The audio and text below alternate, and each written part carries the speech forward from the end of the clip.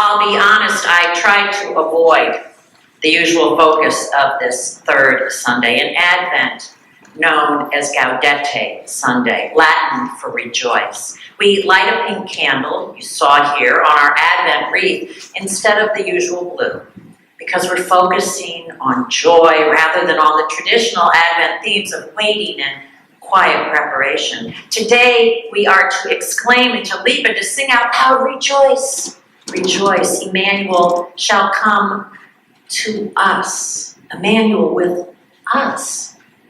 Rejoice.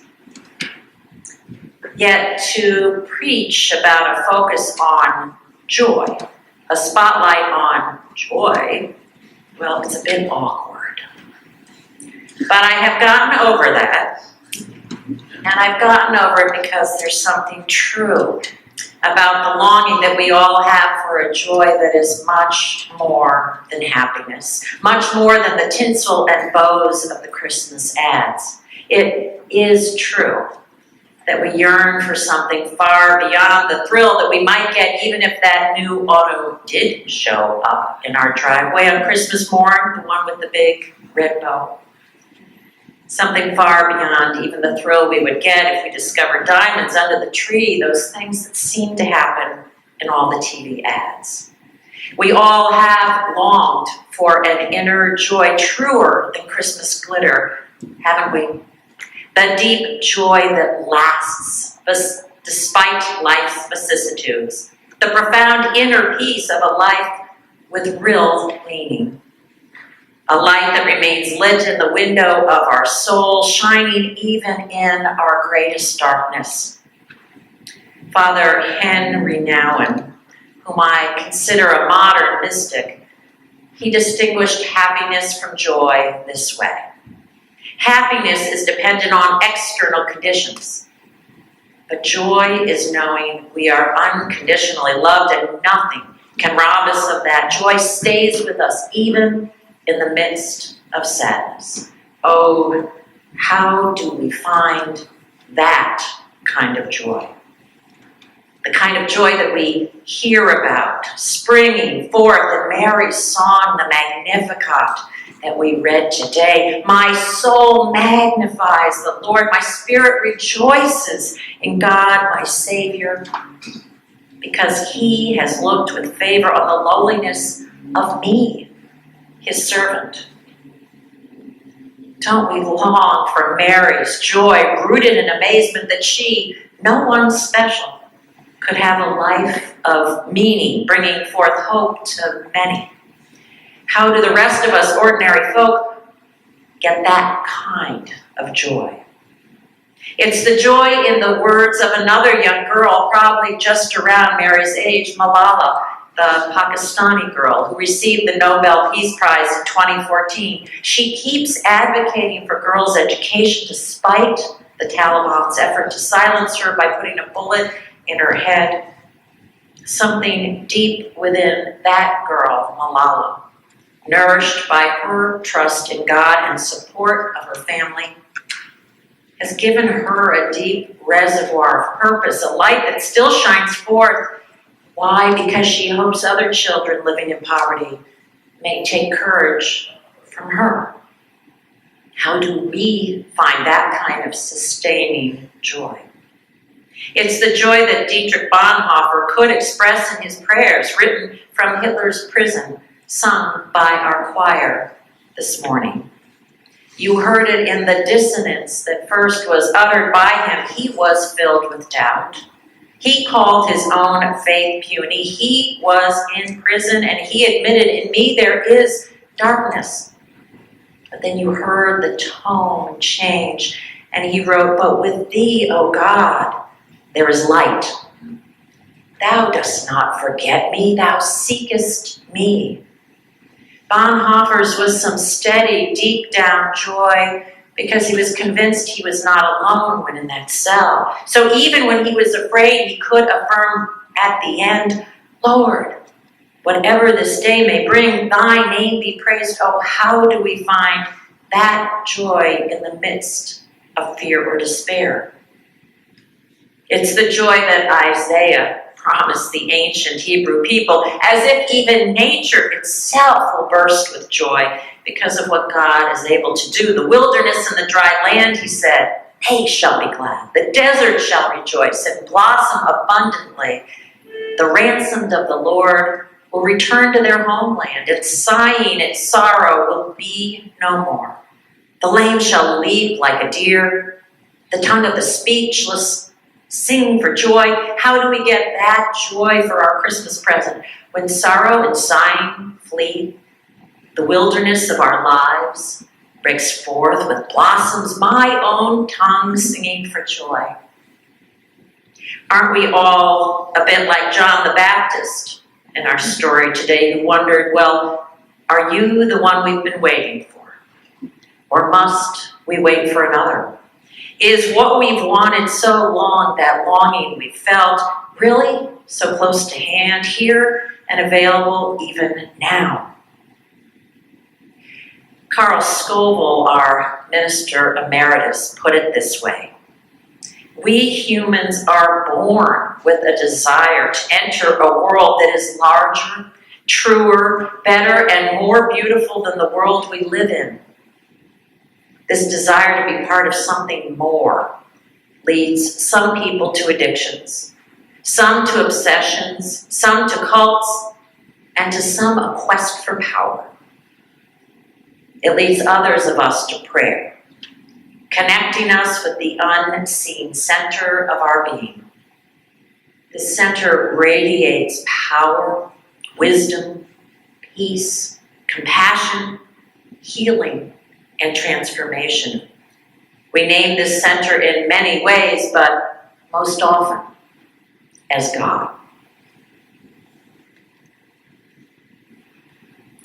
For you and me today, my hunch is that yearning for something more, for meaning in our life, does ring true. But what we struggle with is how to connect with what Carl calls the unseen center of our being that radiates power and wisdom and healing, the God who is the source of the deep joy, peace, and compassion that others seem to have discovered. How do we connect when we begin personally wearied by our own trials, cast down by sufferings of people we love? How do we connect when, as a nation, we worry about an enemy infiltrating our systems, about the future ahead for the most vulnerable among us, about the division clearly fragmenting our country today? A dream of rejoicing deeply is tantalizing, but it's hard to fathom when the reality here on the ground feels bleak. Are we being advised to simply have faith? Things will get better. God will take care of it for you. Because that advice rings awfully hollow. Suspiciously like that limp bromide, oh, don't worry, be happy. So we have to dig in further today. And I noticed three things time and time again in the stories of Mary and Malala and Bonhoeffer and Isaiah. Markers for us who seek their kind of deep joy. First, as Noam said, those outward circumstances didn't ever determine their joy. None of them had an easy path. What we face today, what any of us face now, is not new. Think about Mary, a non-entity in her society, a Jew in a land crushed by the massive Roman Empire, an unmarried pregnant woman, a peasant without finances or influence, completely dependent on the good graces of Joseph. Her exterior situation was bleak. Dietrich Bonhoeffer, a Christian speaking up for reviled Jews in Germany, a Lutheran minister whose wider denomination had caved in to Hitler, a proud man who loved his country but was taking traitorous stands against his own nation while it was at war. Bonhoeffer, one person, calling the powerful Third Reich to task as it crushed its way through Europe. Malala, only a little girl, 11, when she began giving public interviews to the media, advocating education for girls. She, who lived in a part of Pakistan where only men held power and few women, not even her mother, could read or write. Malala, a devout Muslim, arguing that the Quran encourages both men and women to be educated, while the Taliban, backed by its guns and mullahs, denounced her interpretation as satanic. Malala, a child up against a mighty terrorist organization that could put a gun to her head, and did. And the people to whom Isaiah spoke, they had been forced from their homeland by the greatest empire of their time, Babylonia. They were held in exile far from home, a vast desert wilderness separating them from where they longed to be. But for all of these, again and again, despite difficult, seemingly impossible times, the people of God have still found a way to hold that deep inner joy. Surely we can too. But second, I noticed that not one of these claims, not one of these we listen to today, urges that God alone will solve all the problems that are roiling their exterior worlds. None of them says our role as people is simply to have faith that God will solve it all. Rather, in every example, we people actively participate with God.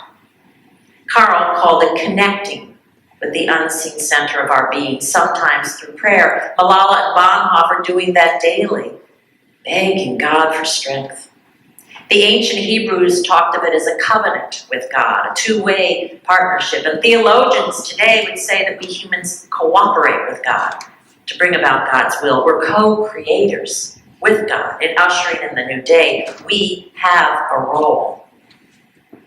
And third, and perhaps most important of all, rejoicing springs forth within these folks, within us, when we bring it forth in others, for others. When the weak are not left behind but made strong, when we join with God, caring for and making strong those that are listed in the psalm today. Look at it, Psalm 146. God who cares for the oppressed and the hungry and the prisoners and the blind, those bowed down, strangers, fatherless, widow, sometimes us. So Isaiah instructs, strengthen the weak hands. Make firm the feeble knees. Say to those who are of a fearful heart, be strong. Do not fear. Then, says Isaiah, then the blind will see and the lame will leap for joy. In order for any of us to leave our places of exile, says Isaiah, that place that is far from our true selves, where we are left in our own Babylon, if any of us is to leave that exile and our hands are too weak to carry our bags or our burdens home, then others offer their hands. Those of us with feeble knees are offered an arm until our own legs grow firm. For those of us who are afraid, we all move together forward, saying to one another, be strong and do not fear. Of course we're afraid. So we join in a community like this to gain courage. When Malala was only 11, 50 mourners at a funeral in her town were murdered by the Taliban. Are you scared now? She asked her father. Because she knew that fear is powerful and terror makes people cruel. And her father answered, at night our fear is strong, Yani, dear one. In the morning, in the light, we find our courage again. And Malala says, this is true for my family. We were scared, but our fear is not as strong as our courage. Bonhoeffer was afraid too. Oh God, early in the morning do I cry unto thee, help me pray. I cannot pray alone. Lord Jesus Christ, thou wast poor and in misery, captive and forsaken as I am. Pour into my heart such love for thee and for all, that hatred and bitterness can be blotted out. Grant me the hope that will deliver me from my fear and timidity. As it has been in the past, so it can be again this Christmas. Humanity across our little planet will hold its breath, longing for light in a season of darkness, hoping for lives of deeper meaning that birth in us a lasting joy no one can take from us. The times may well be hard for you this Christmas as they were for Mary, that first one. But we know that love still came and the angels in the heavens sang rejoicing. We are invited to partner with God this Christmas as Mary was invited to. All of us co-creators in a new world, do not be afraid, the angel Gabriel sang to her, for the day will come when the lame will leap like a deer and the tongue of the speechless sing for joy. Does it happen literally? Well, you be the judge, says Jesus back to John. How does any of us feel when we emerge from an exile of illness or isolation? When we navigate through a wilderness and are restored to our own home? How are we if once we feel we didn't have a leg to stand on, but someone offers us an arm of support so we won't be left behind? Would your heart sing? If you'd long been silenced but emboldened by others' courage, you speak.